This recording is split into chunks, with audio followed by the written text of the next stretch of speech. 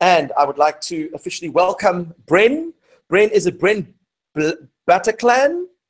Or the clan of butter? The Bataclan? How do you pronounce it? Well, here in the United States, it's Bataclan, but in the Philippines, it's Bataclan. Bataclan, you see, that's what I was saying. You are from the clan of the butter. And that means you are smooth and easygoing. I like it. I like it. I got it. Yeah. Smooth as butter. So now, Bren, you're a very interesting character. And before we get into the meat of what it is that makes you so different, to get a bit of background, find out where you're from, what you studied, and then we'll start going into the juicy stuff. So tell us a little bit about Bren over the last couple of years. All right. So I was born in the Philippines, but I grew up in San Francisco. Then after graduate school, I moved to Massachusetts to teach at a college at UMass Amherst. Then I stopped teaching. I joined the .com tech world. I was there for a few years. Then the whole economy crashed, and I didn't have a job. So I started to paint these characters that I've been drawing since I was a little kid.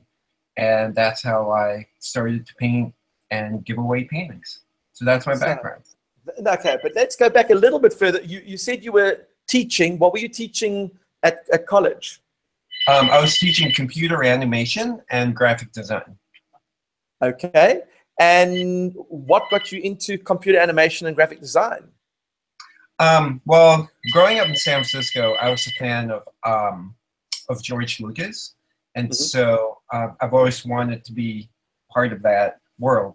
And so I started to take computer animation courses when I was in undergrad, and then I focused that on my grad school. And after grad school, I was going to go back to Hollywood and do special effects, but instead, I moved here in Massachusetts to teach that at a college.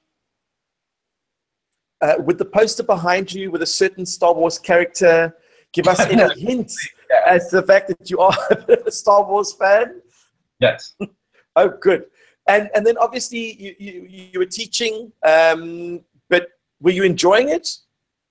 Oh, yes. I love teaching, but I was out sort of like out in Western Massachusetts. So I'm more of a big city kind of person. It was a bit more rural. So like I couldn't imagine being there for like 40 years. And so I said, I'm going to move to Boston and join the .com world. But I absolutely love teaching, and I actually do that right now. So I don't teach college students, but I'm often giving presentations at schools, mostly elementary schools. And so I show the kids how to draw my characters. I talk about the power of kindness through art. And so even though I'm not a faculty member anymore, I still feel like I teach because I work with lots of schools. That is very cool. So what sort of stuff did you do in the .com industry? Oh, that's a great question. So I also studied graphic design. And so I was an art director for a software kind of company. And then I had this amazing job where I was part of a think tank lab, and I mostly worked with other computer science folks and designers. And this was 1998, so close to 20 years ago. And so it was an amazing job because we were predicting how the usage of the internet and also our upcoming smartphone back then. And so it was mostly not working on client projects, but we were trying to predict the future. So it was a really amazing, cool job. How close were you to your predictions? Well, about 20 years ago, we were talking about how, and we had clamshell phones back then, and so they were not smartphones. And you mean paperweights, the kind of things that you carry around and you now put your papers down? Yes, and so most of the folks that I work with are guys from like MIT, so they're really, really smart. And so they were saying that one of these days, carrying our phones stores will send information of what we may or like things that we'd be interested in. So this is 20 years ago. That, I mean, for me, that was sort of like mind blowing. How could that happen? And now it's here. It's now. So Wow. It was here a long time ago. That's like, yeah. So yeah. That is pretty cool. So now, obviously, you've been working in the .com and things are not going so well there. And then you're out of a job. Yes. Now you start thinking, what do I do next? Yeah, it was terrible because I was gainfully employed when I was part of the .com world. It was really wonderful, but in like mid-2000, the whole economy crashed, and so for about a year and a half, I didn't have a job. So it was really challenging. So I tried a lot of different things, and so the summer of 2003. I said, you know what? I'm going to paint these characters that I've been drawing since I was a little kid and premiered them at an open studios here in Cambridge where I live. So I painted 56 of them because I had the whole entire summer, and 49 sold in 2 days. What? Yeah. 49 out of 56. That is insane. It was insane. But now you must have woken up thinking, why the hell didn't I do this earlier? Oh, exactly, because it's the best job I've ever had. And so, so the kind of, I guess, logical thing to like do after that was to start looking for a job. But no, instead, I told myself, you know, like, why don't I start my own street art project? Because I grew up in San Francisco. I saw lots of street art, but I wasn't the type of kid who would spray paint a wall or like vandalize public or like private property. So I reinvested the money that I earned that weekend, and I painted 30 paintings. Then I left them around Cambridge and Boston on park benches, train stations, hospitals, and I left a note saying, "This painting is yours if you promise to smile at random people more often." And I expected the project to last maybe 2 weeks, but Boston Magazine found one. They wrote about it, and it snowballed into a full-time job. And hospitals and colleges started to have, you know, paint commissions, and it just blossomed to like this full-time job. And as I said, and I can't emphasize enough, it's the best job I've ever had. So let's unpack that a little bit. You have a very successful sale of your artwork, and you think to yourself, well, I mean, this is just such a blessing that I want to give something back. Yes. And you go and leave these paintings. How did you determine where you should leave those paintings? Well, it was a challenge at first because I didn't want to be known as the guy leaving the paintings there, because folks would be a bit self-conscious if someone's kind of watching, you know, like, because these were my babies and how would they be perceived. So I would stand maybe 30 feet away. I would hide behind a bush or behind a wall. So early on, I sort of determined that park benches are the best place to prop my paintings. But any form of outside public areas, I would just leave the painting. So just as long as they're sort of like waist level or possibly eye level, it's perfect. So I try to find, I mean, like, I sort of time it on a nice sunny day, like afternoon, I'll leave them around. But if I'm traveling and it's raining, this is when I find like an indoor setting to leave a painting. Wow. But now, let's be honest. If someone comes along and puts a little parcel down, looks around to see if anyone's watching and walks off, you know, you're going to have the police come along and blow the thing up because they think it's a suspicious parcel. So, but you're leaving a painted canvas, is that correct? Yes. And so, yeah. So I leave canvas paintings. I mean, they're all hand painted. Yeah. Sometimes I leave them, I paint on boards. Here, I'll show you some. Let's have a look. And that's what I love about live interviews. You can just, I know. It's like pull it out. So I'm about to paint murals in New York, North Carolina, Washington State, New Jersey, and here locally, Massachusetts.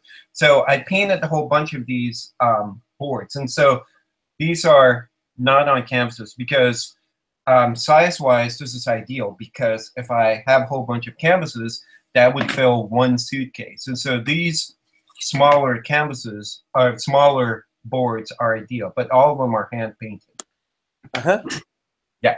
And I mean, if one had to quantify a value of the art that you're just giving away, is there a price that you could put on that? Oh, these little guys? I don't know, because I don't sell this type of painting. So the ones that I sell, here's another example, are on canvases. So like they're larger and they're stretched canvases. So these are the ones that I see. These I don't sell. And you obviously put your website on the back of the canvas because that way people could respond to you. But when you leave your notes to say that you would like them to smile at more people, you've got no way of measuring if they're doing that or not. I kind of do, because they would, most, when I leave them here, in the US, most would email me like a simple thank you note, and sometimes a photo with the painting recipient and their found art. Yeah. And do you have some sort of metrics or statistics in terms of the number of paintings you leave and the number of responses that you get? Not scientifically. All I know is when I leave them outside of the country, it's really unpredictable. So here in the United States, I have a better chance of feedback, and it also varies per state. So, but if you go to my website, you'll see hundreds of feedback. So that is so cool. Thank you. And obviously, we're going to discuss at the end on ways that you could increase the amount of feedback that you would get, because yes. What is so cool is if you have to try and quantify that, if I go smile at 5 random people, and because those 5 random people are now happy and they smile at 5 random people, mathematically speaking, I mean, every painting could be affecting 15, 20,000 people. That's true. But I also don't want to pressure folks to like send feedback. I've met people here in Boston who have found my paintings, and like they haven't like sent like a message back. Some of them have told me that it took them a lot of courage to actually pick up the painting, and so like that's one part of it already. And then for them to contact me was an additional step. And so it's like I respect that boundary, because when I leave paintings on, let's say, a park bench, it takes between 3 to 30 minutes for someone to pick it up. That I sort of like, I've been doing this for 15 years, so like I can say that it's about half an hour before someone picks them up. So most folks don't even notice them. Paintings. Some would just take selfies with them, with it, and so I've also have spoken to folks who did not pick up the paintings, and they say that they've left them there because they would like other folks to like experience the joy. And so being the sort of like street artist has been a really good way to like learn about other folks' thoughts and mentality about all of it. That is very cool. So now you've been handing out these paintings. How many countries have these paintings gone to? Okay, I am going to show an image. And now Bren has been empowered to share screens on Google Hangout. This is Bren's first Google Hangout. This is so exciting. Bren, technology behaves itself. I know, it's not. Okay, I think it's up.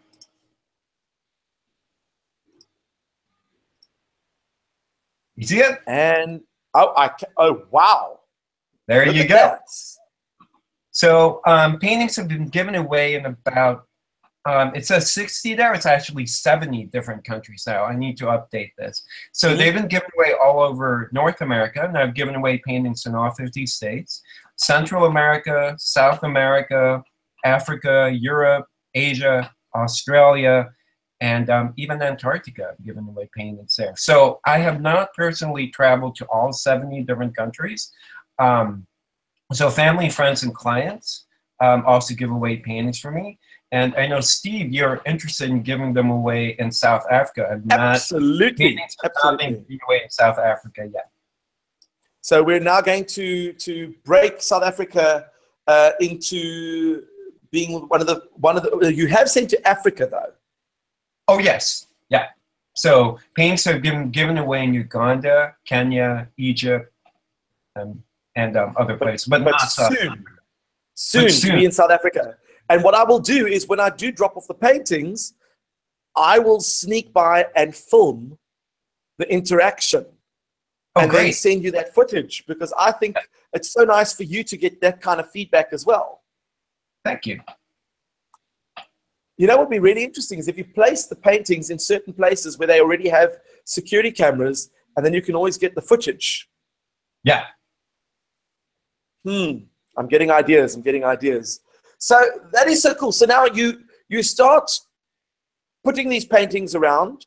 People pick them up. Some of them respond to you. Some of them don't. But the whole idea of paying it forward out of gratitude for what had happened now starts coming full circle, and people start asking you to do work for them. Yeah. So, so folks who pick up paintings, they like don't buy the paintings, and so it is mostly like word of mouth, and so others lead to more painting sales, or like family commissions, or like they like recommend my work to a school, and then so like a school will have me visit, and then the principals or the teachers or like the parents would start to talk about my work. So it is all word of mouth, and also from like awesome interviews like yours. Well, we're obviously going to promote it because we think it's wonderful that if someone is going to spend time and give of their time just to make people smile, I mean, there's no greater cause to promote than something like that, because I think if we look at what's going on around the world, we certainly need a lot more smiles. There's no doubt about that. Totally agree. Yes. So now I'm keen to know a little bit more about the process that goes into your art. I know that you said that when you were younger, you had these images, and these were the things that you were designing even at an early age. Yes. And then you put that on hold for a while, but then they became your new brand. I mean, this is brand Bren. Yeah. There's a certain style that you use when you create this. So how would you describe your particular style of painting? Sure. So I call them cartoon-inspired acrylic paintings. So my main influence is anime. I'm going to turn my monitor over here, and actually you can see some of my robot boxes in the back. And I have tons of, right over there, these are Japanese die-cast robots. So obviously my main source of inspiration come from giant robot anime shows in the 70s. So when I was a kid back in the Philippines, I watched all of these giant robot shows. And most anime, the characters there have big eyes. See, that's why my characters have huge eyes. Okay. The other big influence is the Philippines. So growing up there, the color scheme there is very vibrant and tropical. And so the colors that I use are from what I used to remember when I was a kid. So they're very, festive and happy. And I premiered these paintings in the fall of 2003 when it was sort of switching over from summer to fall to winter. And here in Massachusetts, when it's wintertime, the colors are very drab. They're not tropical. And I think that's part of the reason why they've sort of picked up over here, is because of the color scheme and me being of Filipino descent. That is cool. And you have a range of different characters that appear, not just people, but creatures and that type of thing. Yeah, most of them are not really anything. So all this has sort of been kind of done kind of organically and accidental. So most of my characters are not really human beings or animals. They're up to you to like interpret. And where do you get your ideas from?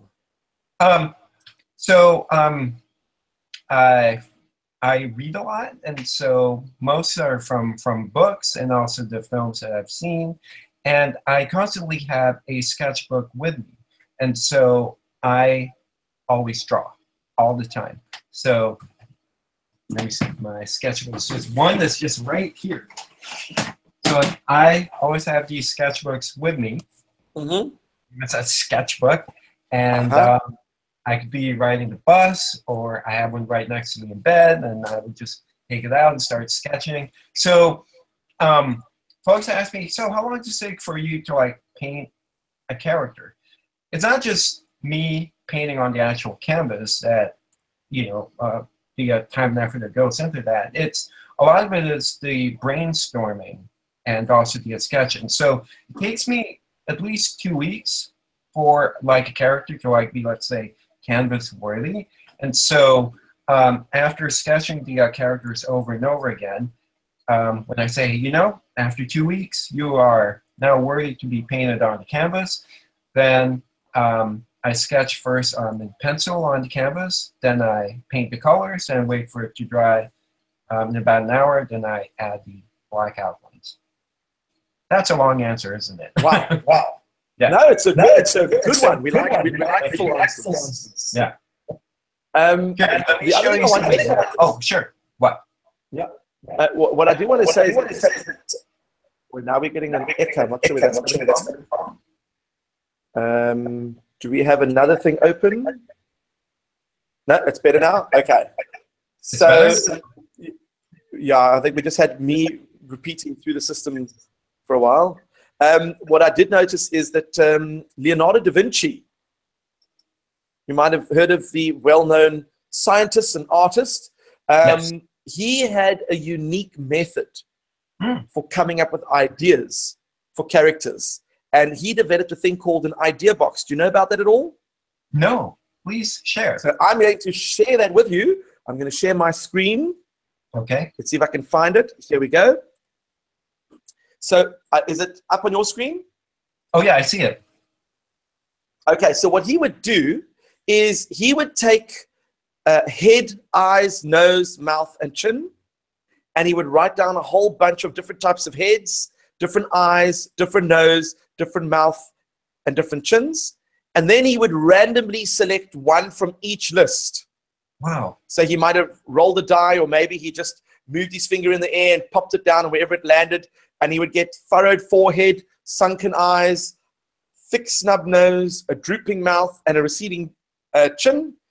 And that would be the inspiration for his next picture. He was so organized, so impressive. Well, he was a scientist, so it kind of makes sense that he would do something like that. But, you know, a lot of people, if you watch some of the TED Talks, and I know that you did a wonderful TED Talk about, you know, sharing the happiness and paying it forward. In some of the TED Talks, there've been some very interesting ones on creativity and inspiration. And one of the speakers, a young 14-year-old girl, they asked the audience to come up after she was playing on the piano, and you could tell she could play because she was quite amazing. They gave her random notes, and they asked her to invent or create a song there and then using these random notes in the order that they were given to her. And she was able to produce a piece of music that, I kid you not, sounded like the score to a well-known movie, like a Mr. Holland's Opus or something like that. And I think her name was Jennifer Lee or Jenna Lee or something like that. I'll see if I can find the TED Talk. And what amazed me is that just by giving her the notes, she was able to invent the music. So sometimes when people give you little bits of information, you then put it together, you assemble that, and you create something special out of that. Yes. See, And this is where, oh, sorry. No, you carry on, carry on. Oh, this is why I love working with students, with kids, because all of my murals are based on kids' drawings. And so that's sort of like how I create my mural composition, is I take all the kids' drawings. Let me show you an example. And I paint them. And so how much different to what you just described. So this is one of my new mural projects. It's sort of like, can you see it? We can. All right. And so, yeah, it is really similar to like what you have just described of that girl getting all these bits and pieces of notes. So individual drawings here, these are all based on kids' drawings. So there are over 50 STEM, STEAM-related characters that we discussed earlier. So this is based on science, technology, engineering, art, and math-related characters. So the walls here of the school in Pembroke, Massachusetts, was already blue. And so the school and I, we decided to have an underwater ocean theme because of the existing background. And the kids drew these sea creatures, and I painted what they drew.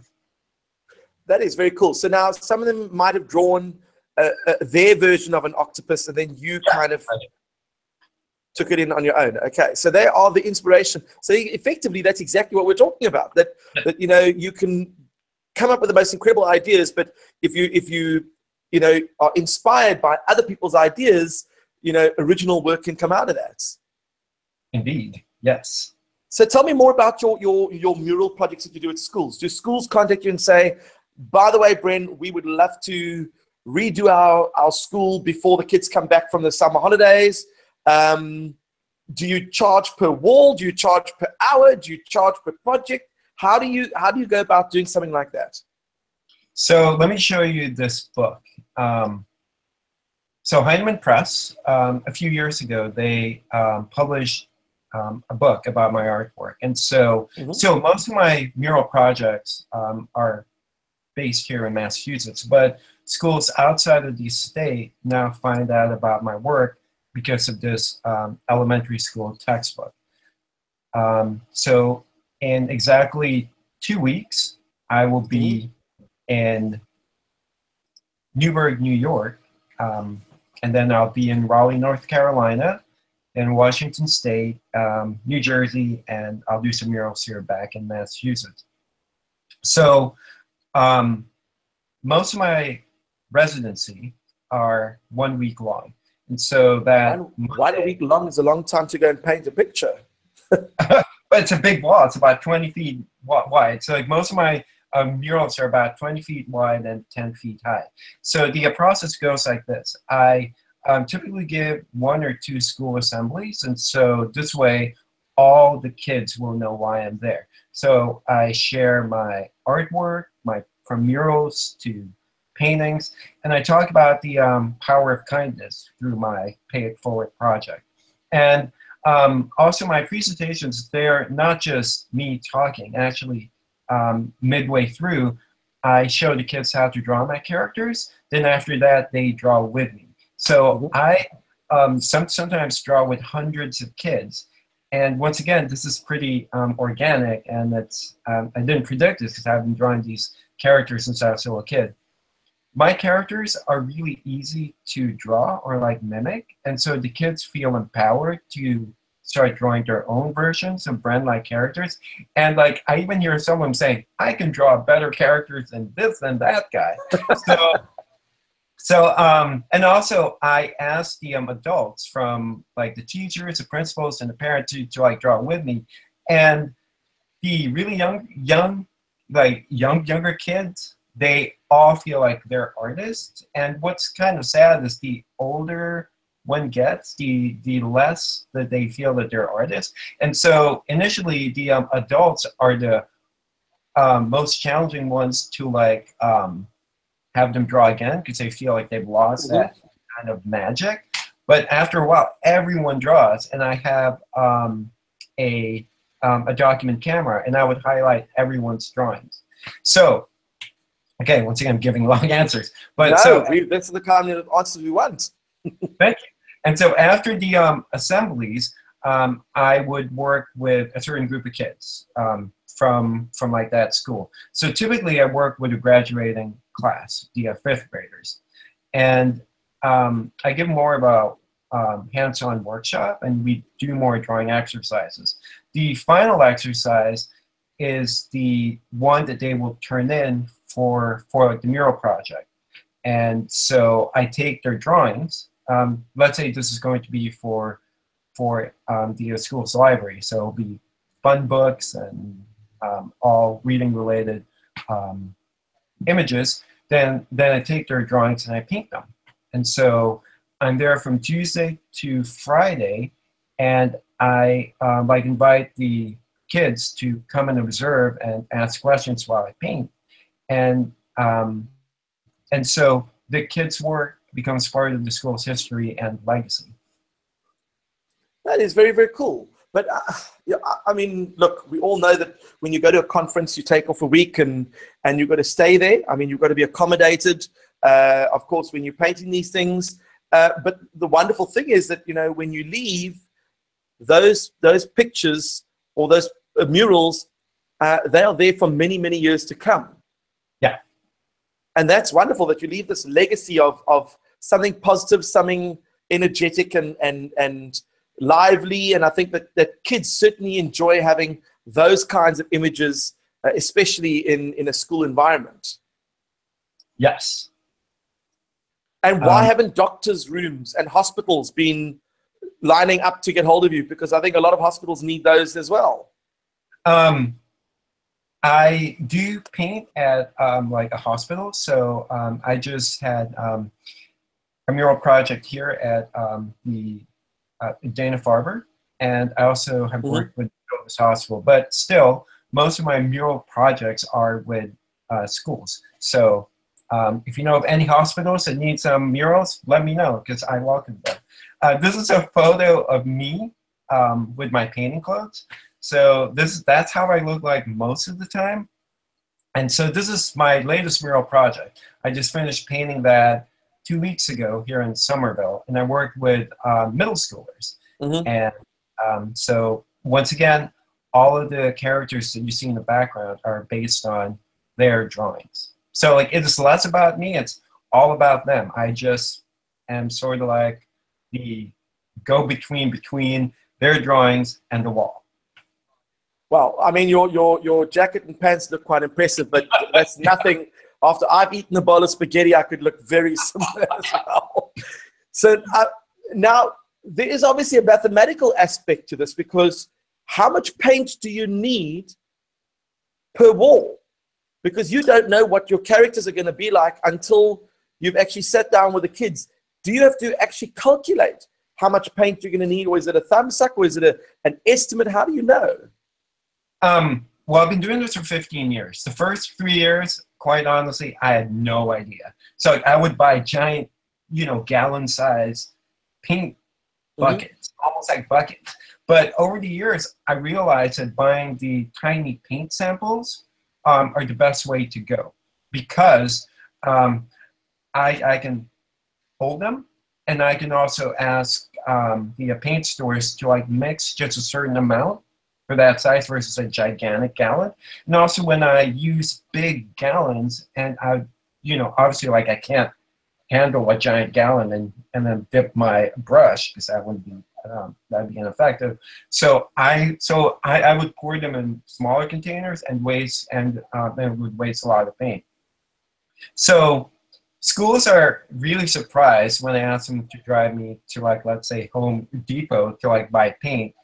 A lot of the parents would have a giant station wagon or a van, thinking that I would come out of the stores with the store with like giant paint buckets. But no, I think maybe between 15 and 20 of these sample jars, and that would be enough to like paint a 20-foot by 10-foot wall. So yes, now I cannot predict, how much Here, let me show you an example.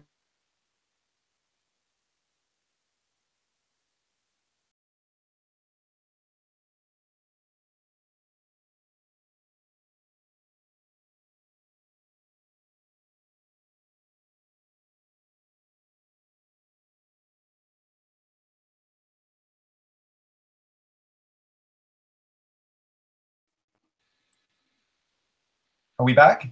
You're back. You're back. Yes. All right. You disappeared for a second. Okay. So once again, this is all I need, about 15 to 20 of these paint samples. Well, that's so cool because it's convenient to carry around. Yeah.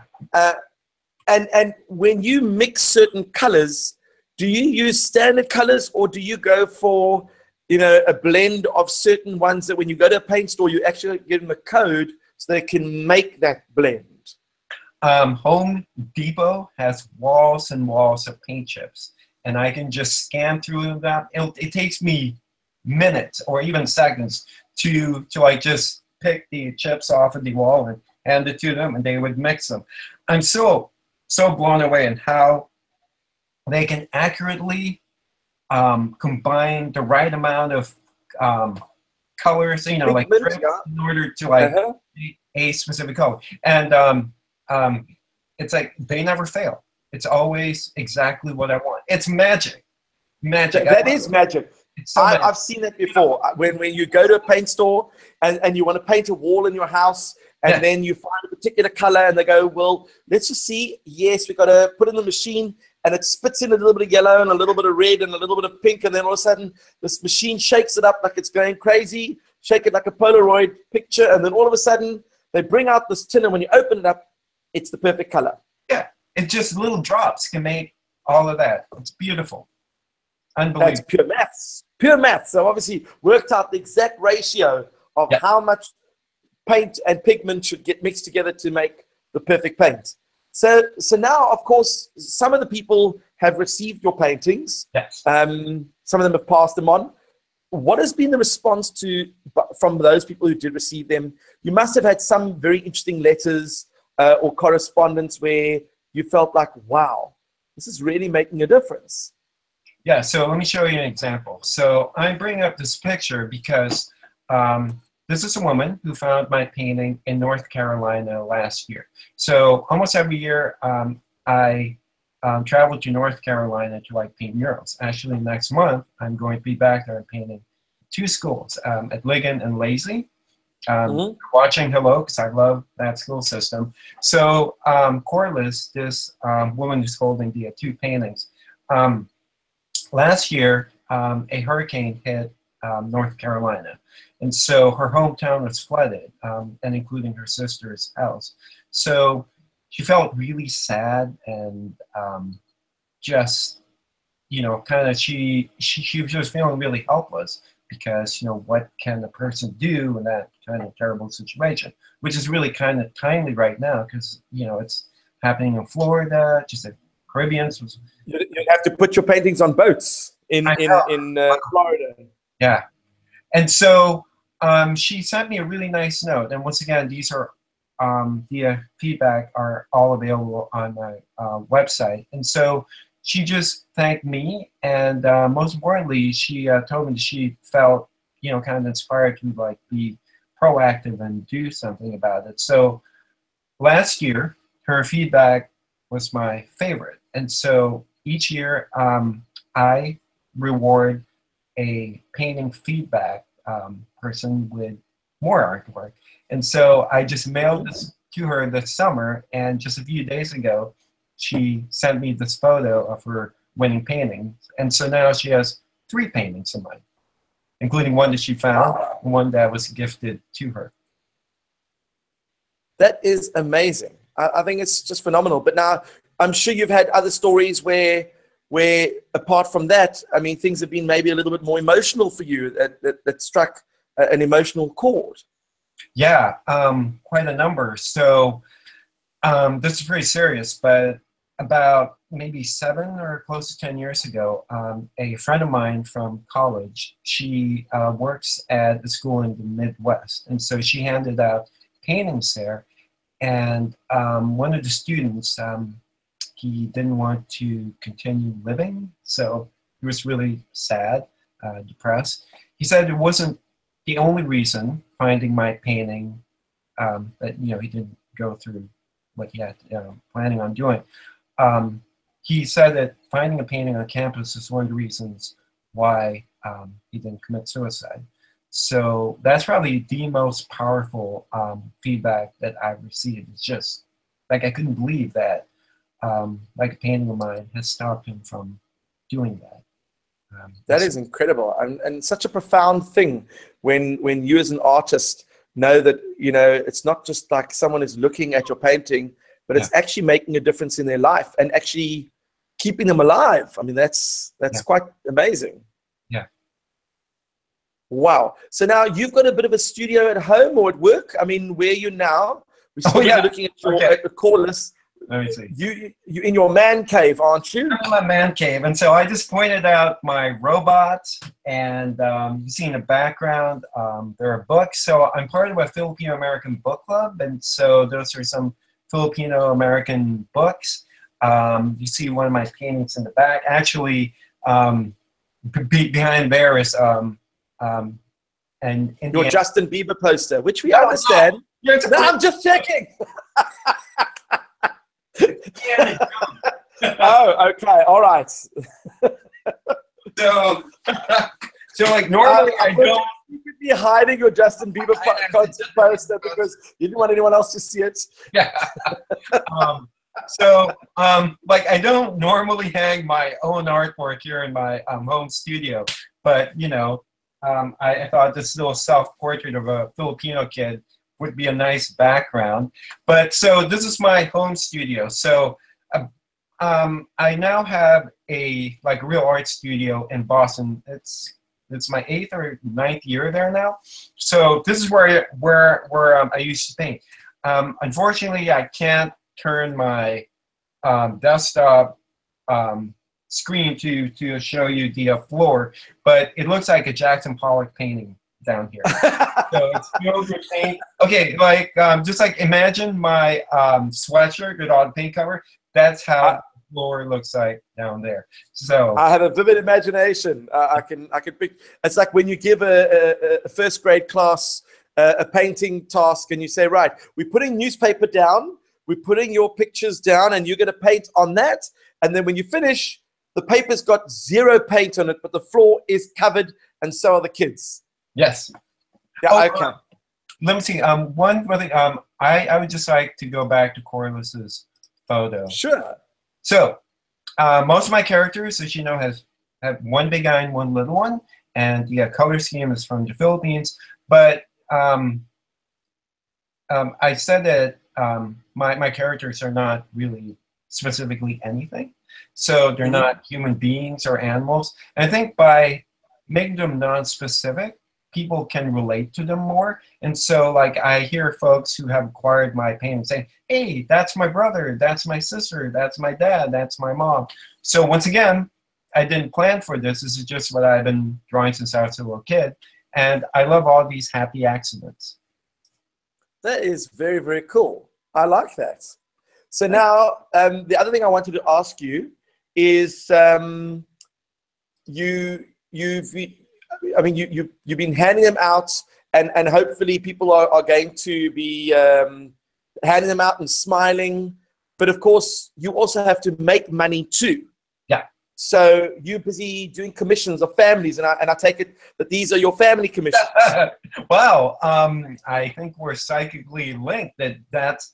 We are indeed. We are. And then, see, Google Chrome can make that. Just kidding. And so Google Hangout, my man, just making psychically linked. But yes. And so my main source of income now is through school murals or hospitals or businesses. But I also get asked by family members to paint their whole entire family. So these are examples of family portraits.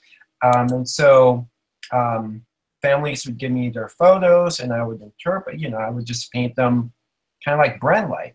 And some would ask me to paint their pets, and so you see a cat and a dog over there. But some are a little bit more sort of kind of like a free-for-all request. On the bottom right, there's a Filipino guy. He wanted to give his wife this Filipino-themed painting. And so that's the jeepney, which is the kind of form of public transportation in the Philippines, with some animals that are, you know, uniquely Filipino. On the top left, that's one of my favorite painting commissions. It was for a newlywed couple and they honeymoon in Paris. So these were all the things that they saw in France, and they asked me to combine all of them to one piece. That is very cool. Thank you. And what is your next project going to be? I mean, why stop it at getting people to smile at random people? Why not, on condition that you do a random act of kindness to someone? Let me just show you one more thing before. So this is like a fairly new commission of a cat. I love cats, and so so like that is someone's cat that I painted. So that's just an example of a painting. Do you have a cat where you live? No, and that's another story for like another day. So, so we'll discuss that some other day. I love cats, but yeah, I could just tell you that I have 2 cats at home, and as lovely as they are, yeah, I think that if I had to show you what our lounge suite looks like, you would think that that itself was a work of art. A lot of people come in and go, it almost looks like you know, Devastation Chic, where the leather is completely ripped to shreds, and you think, and there literally are pieces hanging on the floor, and people go, wow, where did you get that suite from? And then I have to point to the cats and say, they were responsible. I mean, it's insane. Are conceptual. That is their art form. It's very, well, really they're not getting conceptual. They're not getting the desired result of getting random smiles coming from me every time they do that. And I'm certainly not passing it on every time I see that.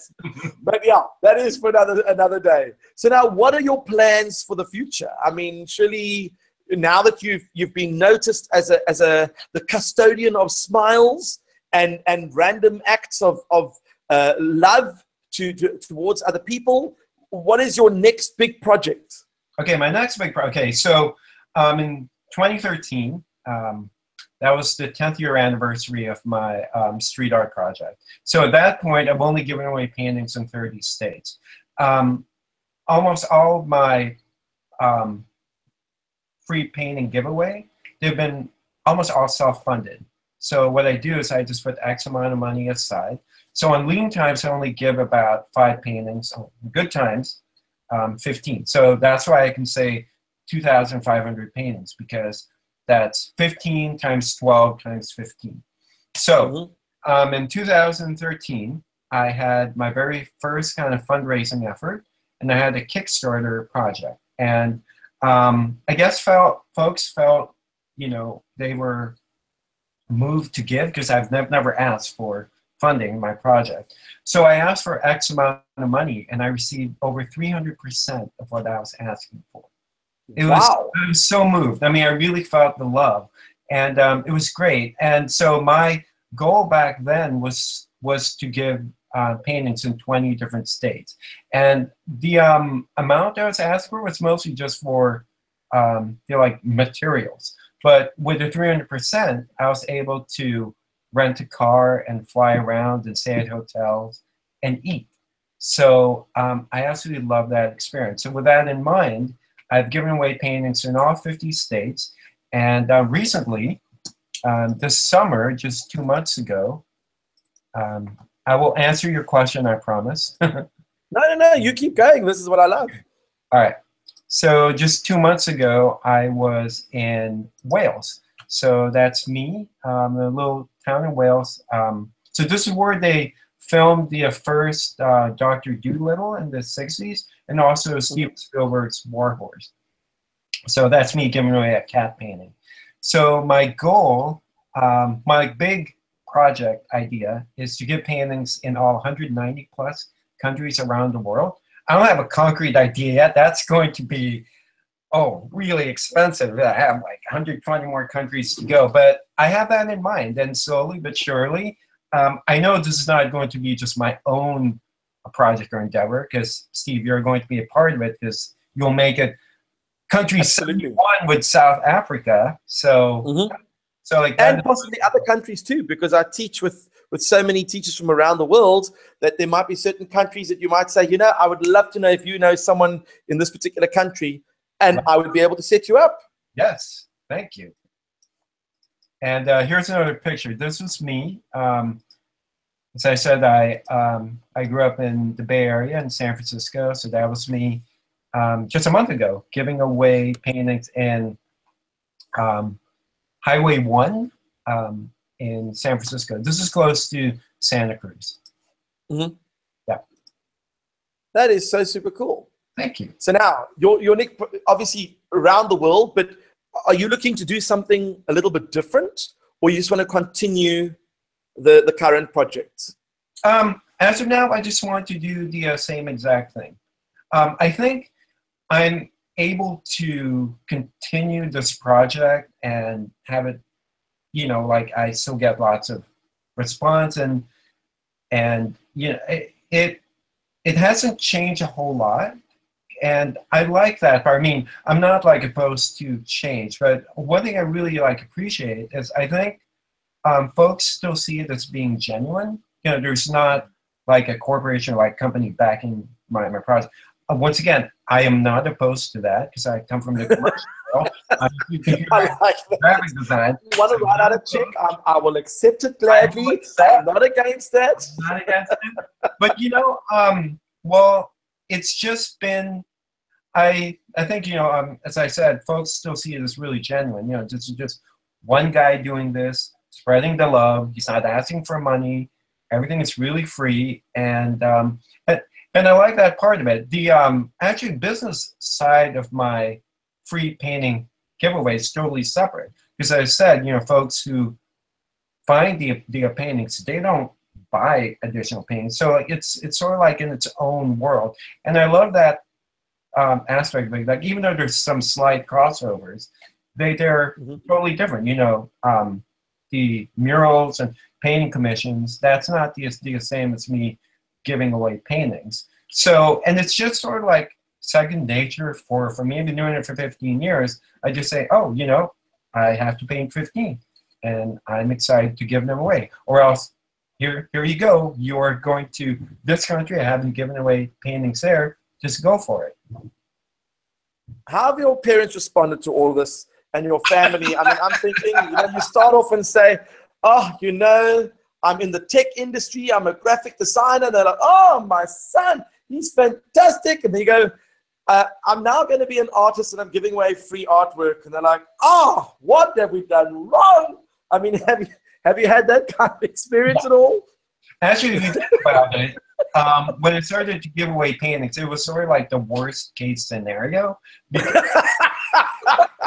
I'm just picturing parents like, not only is he an artist, a struggling artist, he's giving away his painting. So yes, it was the worst case scenario, because I don't know if you recall, I was part of the .com world, making money for the first time in my life. Then I lost all the stocks and all the money, and here I was painting, giving them away. So they were really confused. They were saying, well, Bren, you know, you finally, you know, your confidence is back because you just sold 49 out of 56 paintings. You should start sending out your resume. But no, instead I started to leave. I used the money that I earned from those sales and gave them back. So they were really confused. But I mean, two things that happened. One, okay, this is kind of obvious. Katie Couric of CBS Evening News, she featured my work. After my mom saw, what, you're on Katie Couric? And my mom, that was when she was like, he's doing the right thing. It took many years, but that helped a lot. But I think mostly my mom taught second grade, and so she loves the fact that I'm working with elementary school kids. So when I started to give away paintings, this is when Massachusetts started to do their like anti-bullying work, and schools started to ask me to give presentations about my project, because it's a more subtle way to like introduce anti-bullying without saying anti-bullying. It's all about giving away paintings and kindness. And I think my family really love that aspect of my work because it is about being nice to one another, and you know, you can't really put a price tag on that. And you know, it is helping other folks that I think you know, made my family realize that that's the best job one can have. And I do love it. Like I wake up each morning saying, oh wow, you know, I'm going to paint a mural, or I'm going to give away paintings. Because when I was a graphic designer, just be real honest, no one was happy with my, you know, like graphic design said, I don't know how you're able to do it because no one's happy with the logo. You'll have a team of 30 people just like saying, nope, nope, make it bigger, make it smaller. You know, it's like, I still pinch myself each day because most of the time, my clients who I paint, you know, paintings for, just say, you're the artist, I'll leave it up to you. You never get that as a graphic designer. It's like, so it is such a change of like how I'm treated. It's like, you're the artist, I trust you. How can I complain about my work? I love it. I mean, it makes sense because it's like, I'm giving them like a Jackson Pollock painting. They'll know what to expect, but it's a dream job. Oh, well, you know what? We both in the very fortunate position that we both do what we love, and it's not actually work because we don't see it as we're going to work today. We're just going to go do more of what we love. And the fact that someone pays is obviously quite helpful because it allows you to continue doing what you love. Totally. Yeah. Now, before we end off, Lorraine, you've been sitting very patiently. Left. That hour zipped by. I told you it goes like this. Oh Lorraine, God. have you got any questions you want to ask? Yeah. I know Lorraine's generally very shy, but she might have a question. Yes. I mean, she knows you well, but just in case. She might be sending us a note, or she might unmute herself. Lorraine is awesome. She is awesome.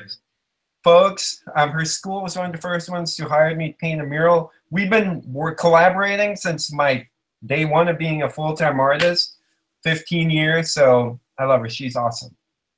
She says that you should mention your TV show. Oh, yeah. What TV show? Come on, tell us about that. Sure. So it's not quite a TV show yet. It only resides on YouTube right now. And so if you go to YouTube and type Beanie and Bren, there are about 50 different episodes. So like it is a puppet show, and it kind of it's a show that shows you how to draw my characters. So please be forgiving. I've never acted in my life, so it's a puppet. Now subscribed. Okay, that is so cool. So you basically are promoting.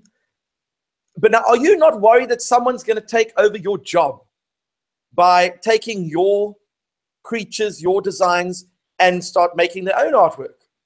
You know, that's a good question. I've been doing this for 15 years, and I think that's part of the kind of purity of my work, because folks know that I'm doing, you know, this is mostly a self-funded project, and, you know, it's all about kindness. I haven't really had any problems with people mimicking or doing exactly what I'm doing.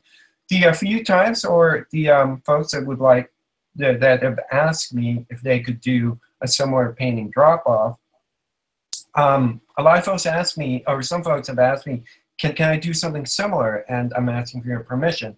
Most of their artwork are not cartoon-based, or other types of art that like they do.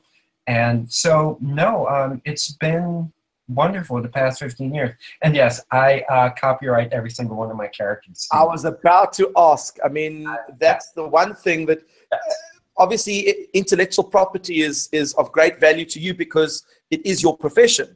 It is. And if someone is going to take your idea and you don't have it copyrighted, then of course they can look at you and go, well, that's not my problem.